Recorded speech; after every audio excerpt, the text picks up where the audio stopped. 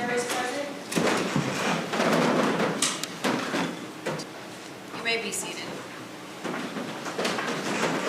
Has everyone had a good lunch? All right, at this time, is the defense ready to proceed? Yes, Judge, but before that, we would invoke the rule of sequestration. All right. Are there any witnesses present in the courtroom? Yes, can we approach, please, Your Honor? You may. The witnesses, I'm told there are 2 potential witnesses who are in the courtroom.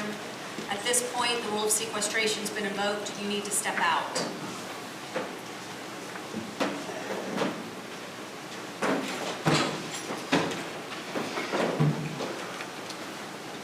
All right, you may proceed with your... Your Honor, can we wait until Mr. Leo gets back into the courtroom?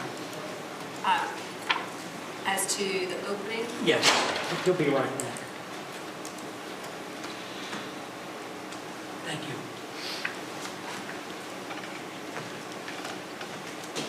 At this point, I think the defense can start to proceed, and if he comes in during the course of it, that will be fine. All right, you may proceed, Mr. Shapiro. May it please the court.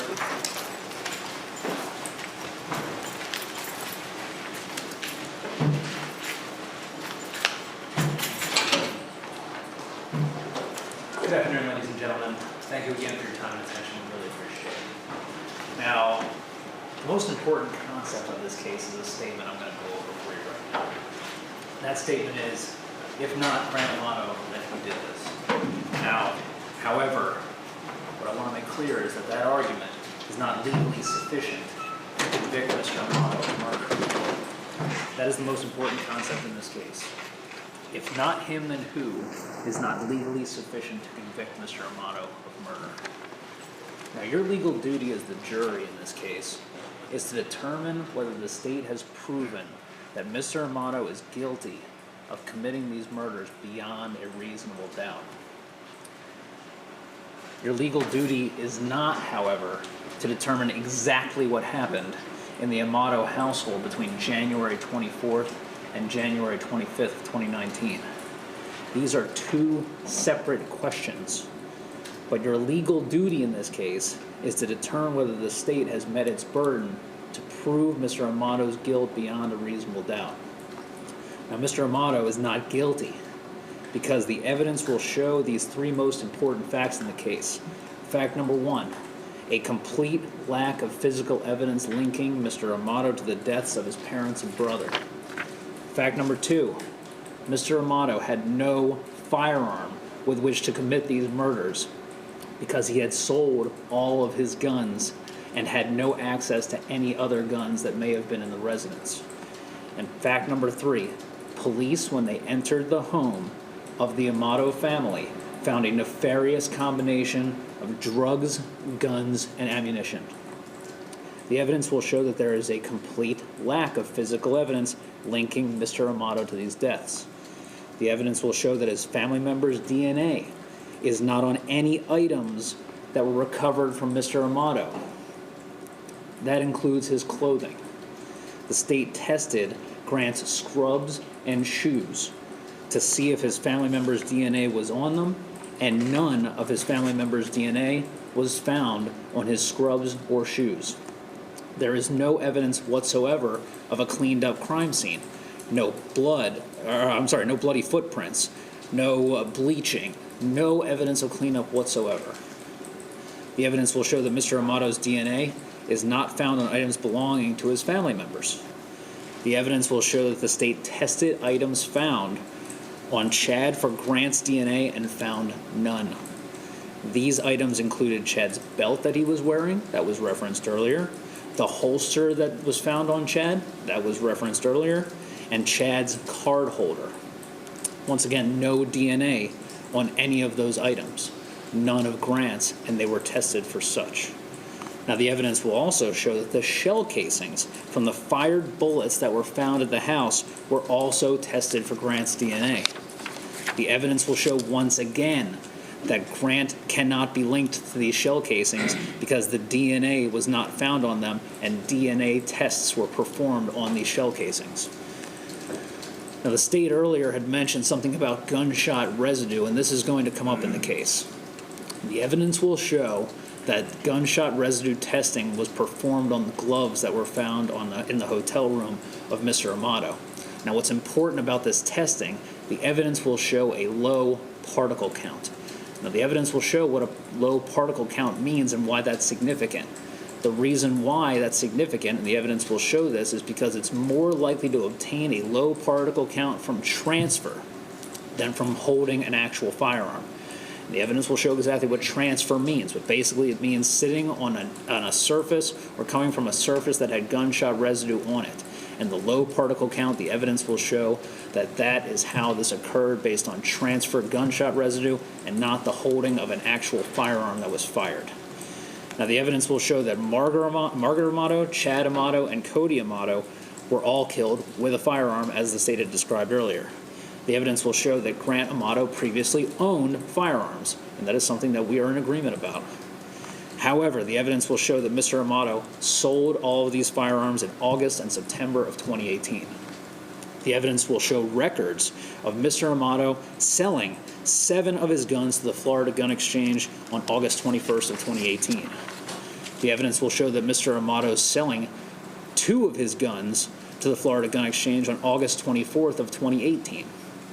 And the evidence will show, finally, that Mr. Amato sold his final 2 firearms, a 9mm pistol and his shotgun, to Florida Gun and Pawn on September 23rd of 2018, and this evidence will be presented by third party, meaning we'll have a witness to show this. The evidence will show that Mr. Amato sold these firearms in order to continue being able to afford to remain in contact with Sylvie. The evidence will show that he sold all of his firearms in order to maintain this contact and being able to afford to do so. The evidence will show at this time that Grant Amato owned no more guns and therefore could not have killed his parents because he had no guns with which to do so. In addition, the evidence will show that there were still guns in the home, but one was Cody's 9mm pistol and the others were locked up in Chad's bedroom. The evidence will show that Cody's 9mm pistol was his carry pistol that he took with him when he left the home. Cody would take this pistol to work, and therefore Mr. Amato had no access to this pistol at the time Cody, Margaret, and Chad had died. Also, the evidence will show that any additional firearms that were in the house were locked up in Chad's bedroom, safe, and closet. The closet was actually locked at the time the police entered the Amato home on January 25th of 2019. The evidence will show that not only did Mr. Amato sell all of his guns, but that he had no access to the guns that were left over in the home. The evidence will show that this is one of the main reasons Mr. Amato could not have shot his parents, because he had no gun with which to do so. In addition, the evidence will show that Mr. Amato is no professional shooter and has no training whatsoever in using a pistol. This is important because he would be incapable of committing these murders all at this time, with this frequency in this short amount of time, without such training. The evidence will show that when police entered the Amato home on January 25th of 2019, they found a nefarious combination of drugs, guns, and ammunition. The evidence will show that the master bedroom's connected bathroom, police found a large armoire that had been designed in a sophisticated way in order to produce significant amounts of marijuana. In addition, the evidence will show in the master bedroom locked closet, police found 3 mason jars full of marijuana that each had temperature gauges in them. Additional marijuana was also found in the bathroom connected to the master bedroom. The evidence will show the police also found several rifles locked in the closet, along with cans and cans of ammunition. Furthermore, the evidence will show that a Glock pistol was found in a holster, as the state had described earlier, on Chad Amato's body, and Cody's Smith & Wesson 9mm that he carried with him was found next to Cody's body. The evidence will show that Mr. Amato is not guilty because, to summarize, once again, number 1, no physical evidence linking him, number 2, no gun with which to use it, and number 3, the nefarious amount of drugs, guns, and ammunition found in the house. But also, there are additional significant pieces of evidence that will come out and that the evidence will show. That information is as follows. We expect the state to construct a timeline of what they believed happened in the case, which is something the state had mentioned earlier.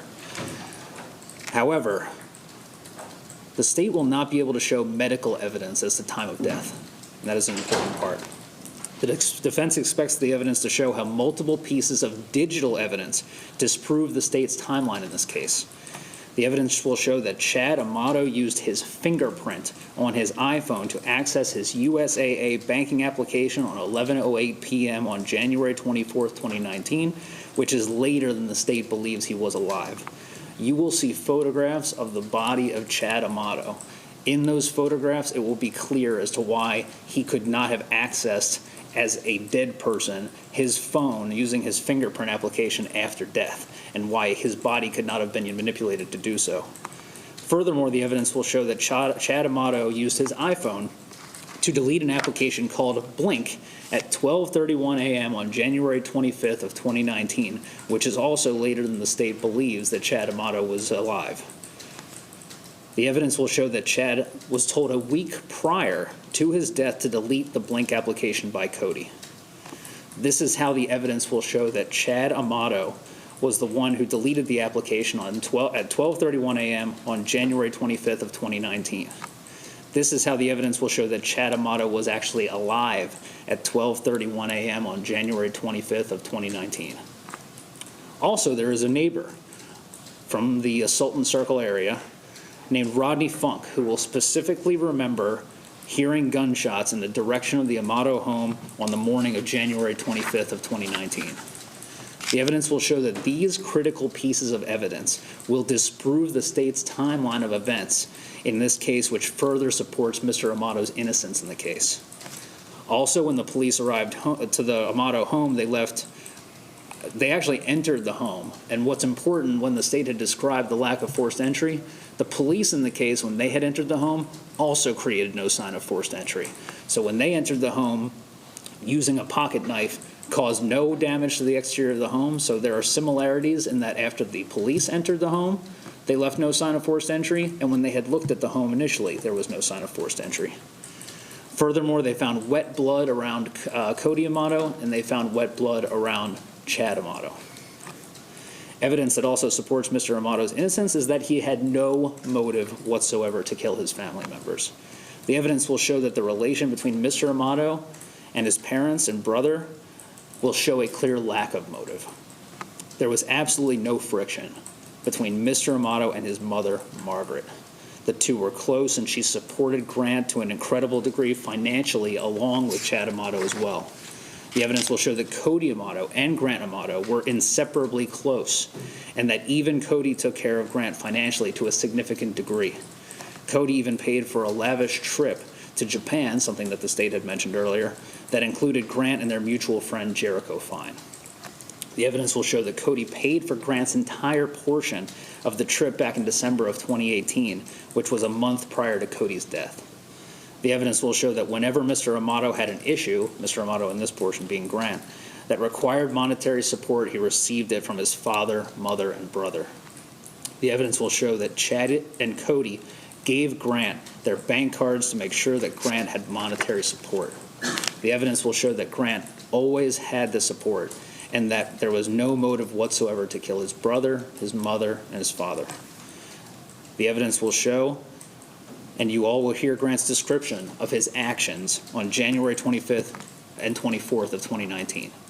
Starting on January 24th, you all will hear that the evidence will show that Grant woke up on January 24th around 7:30, 8 o'clock in the morning. He was home with his mom and saw his dad leave for work that morning. This was a normal work day for his mother, who worked from home. Grant watched content online on the first floor during the day. That included materials having to do with video games and YouTube. Grant talked to his mom throughout the day and ate lunch between 12 and 1 p.m. Grant also took time during the day to prepare for a job interview that was scheduled for the following day on January 25th of 2019. The evidence will show that Grant had an interview lined up at a place called Express Scripts that was scheduled for the morning of January 25th. Grant made sure that on the 24th to go upstairs to his room, get his clothes and suit ready for this interview. Now, after preparing for this interview, Grant went back downstairs to the couch to watch YouTube. Around 4 p.m., Grant was watching YouTube and noticed his mother go to the kitchen, saw her put out pieces of chicken to defrost on the counter. He also saw his mom pour a glass of wine. He saw his mother take this glass of wine and go to the office. Grant then saw his dad arrive home at approximately 5:30, between 5:30 and 5:45 in the afternoon. The evidence will show at this time Grant was in the living room watching television. Grant saw his dad take his lunchbox with him into the office to talk to his mother. After his dad and mom talked, his dad came into the living room and sat on the couch with his mom, who was still in the office. The evidence will show at this time that Chad accused Grant of having contact with the woman that Grant had met online, even though this was against rules set by his father. The evidence will show that Chad was asking Grant why he was still having contact with this person. At one point, Chad physically grabbed Grant by the thin jacket that he was wearing and told him that he had to pack up his things and leave the house. At this point, the evidence will show that Margaret is still in the office. Grant then grabbed his duffel bag upstairs and also grabbed his clothes, gloves, and toiletries. Something else that's really important that the evidence will show in this case that goes to the gloves. The evidence will show that on the night of January 24th, the temperature reached into the low 40s, so it was very cold that night for Florida standards. Chad went upstairs at this point arguing with Grant as he was packing up his things. At this point, Grant made clear that he needed his cell phone and car keys that Chad had kept from him. Then Grant and Chad went into the master bedroom, where Chad kept Grant's passport and car keys in the safe. When they were both in the bedroom together, the evidence will show that Chad told Grant that he would have to reset the safe passcode because Grant had been in the room while the safe had been opened. Then Chad went into his closet to retrieve Grant's cell phone and laptop and Grant's banking paperwork. Chad also gave Grant his credit cards and his car insurance information. At this point, the evidence will show that Grant went back upstairs to put his stuff into his duffel bag. Chad and Margaret were talking downstairs at this time. The evidence will show that Grant then went into Cody's room to retrieve flash drives that would allow him to reinstall programs to his laptop. After this, Grant then went downstairs with his stuff that he had packed up and went through the garage to put his duffel bag into the backseat of his car. Grant then went back into the house, back upstairs while his dad continued to speak to him. The evidence will show that Grant then grabbed his suit from his closet for his interview the next morning. Grant then grabbed some heavy coats and shoes because of the cold weather, and then he took them down to his car and placed them in the trunk. After Grant put his clothes in the trunk of his car, he spoke to his dad on the driveway for about an hour and a half. Grant then went back inside and upstairs, and at one point after Grant had returned upstairs, Chad came to talk to him and gave him a credit card for one night stay at a hotel. Grant then noticed that Cody had come home as he had saw headlights pull up to the home. Cody then came into the house and Grant saw Cody in the kitchen. Grant then left his dad and Cody as they were talking downstairs. Grant went upstairs to transfer files to his flash drive, something that the state had brought up earlier. Then Cody came into the room while Grant was transferring the files. At this time, Cody gave Grant his debit card for anything Grant needed to take care of himself while Cody tried to smooth things over. Grant made it clear to Cody that he didn't expect to be back to the house anytime soon. And the conversation ended with Cody and Grant talking both downstairs and walking out together.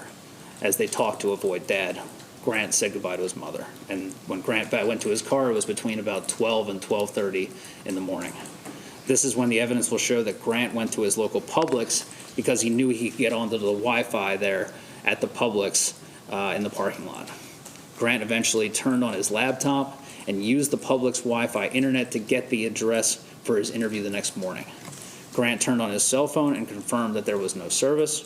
Grant eventually slept in his car and left for his interview the next morning around 6:45, 7 in the morning. Grant got to the interview location in Lee Vista area between 7:45 and 8 in the morning, which was early for the interview. Grant had his interview around 9:50 a.m., which lasted for about 45 minutes to an hour. You will hear evidence confirming Grant's attendance at this interview. There will be a third party, Erica Johansson, who conducted that interview that day, and she will be testifying in this case. The evidence will then show that Grant drove back to the area where the Publix was because he knew there was a Verizon store there, so he could figure out how to get back onto having a working cell phone. This is January 25th. The evidence will show that Grant went into the Verizon store but was unable to get his phone back on because his father was the one on the account. Because his father wasn't present, he wasn't able to turn his phone back on. So after his time at the Verizon store, Grant at this time thought about going back to the house because he had checked his email earlier and had not received anything from Cody, his brother, yet, which he was surprised by. When Grant went to go by the house, he went down Lake Mills Road and saw a news van at the Fort Christmas Road intersection. Grant didn't turn down the Fort Christmas Road intersection after seeing the news van. Instead, Grant eventually went to a Panera at Waterford Lakes, where he brought on his laptop and used Google to try to find out why the news van was there. He saw something about shootings in Chuliota and that it was still under investigation. At this time, Grant had a bad feeling about it, but had no phone service, so he was not able to call his parents at that time, or his brother. At this time, Grant checked into the Hilton in Orlando using his debit card between 3 and 3:30 p.m. that day. Grant at this time was expecting to hear from Cody by email, which was what happened the last time that Grant had left the home to stay with his aunt. When Grant was at the hotel, he logged onto his email and still didn't see anything from Cody. He didn't use the landline to call them because he didn't remember the last time he had used a landline that night. And that night, on January 25th, Grant watched YouTube and did speak to Sylvie through Twitter that night. Now, before Grant went to bed, he wrote a note to himself on hotel stationery. Grant then woke up at 8 a.m., and when he went out of the hotel and started to leave his hotel room, he was detained by police. Now, at this time, the evidence will show that police did not tell him why they were detaining him. They gave him no information at that time about why they were talking to him and detaining him. He was not even told by Seminole County police officers who were there why that had occurred. At this time, Grant agreed to go to the station with the Seminole County police officers, and he agreed to do so and let them know that. Grant was at the station for 7 hours giving an interview in this case. The evidence will show that during all of the time that police officers were questioning Grant throughout the day, they lied to Grant repeatedly about what evidence they claimed to have had against him. The officers told Grant provably false statements about what they claimed to know, and in the face of these provably false statements, the evidence will show that Grant denied all involvement in the deaths of his family. The evidence will show the emotion Grant has when he finds out what happened to his family. The evidence will show Grant crying in the interrogation room as he sat there by himself after finding out the deaths of his family members. The evidence will show that police officers released Grant after the interview because they did not have the evidence to support an arrest. The evidence will show that after 7 hours of time in the police station, Grant was released from the police station after consistently denying having anything to do with his parents' and his brother's deaths. In summary, the evidence will show that after his family members died and were deceased, Grant went to, or it was unclear about the time of death because you're not going to hear about the medical evidence at that point, but at least when he left the home, he went to a Publix. Then he went to the interview the morning of January 25th and stayed at a local hotel, making no attempt to leave the area. Grant then agreed to go to a police station for an interview that required his presence for 7 hours. And the evidence will show that afterwards he was released due to lack of evidence. Getting back to the most important things about this case, if not Grant, then who is not a legally sufficient argument to convict Mr. Amato in this case. Additionally, there is no physical evidence linking him. Mr. Amato had no gun with which to perform these murders, and a nefarious combination of drugs, guns, and ammunition was found in the house. Based on these facts, Mr. Amato is not guilty in this case, and accordingly, Mr. Amato had nothing to do with his parents' and brother's deaths. Therefore, after all of the evidence is shown in this case, we will request you all to return a verdict of not guilty. Thank you.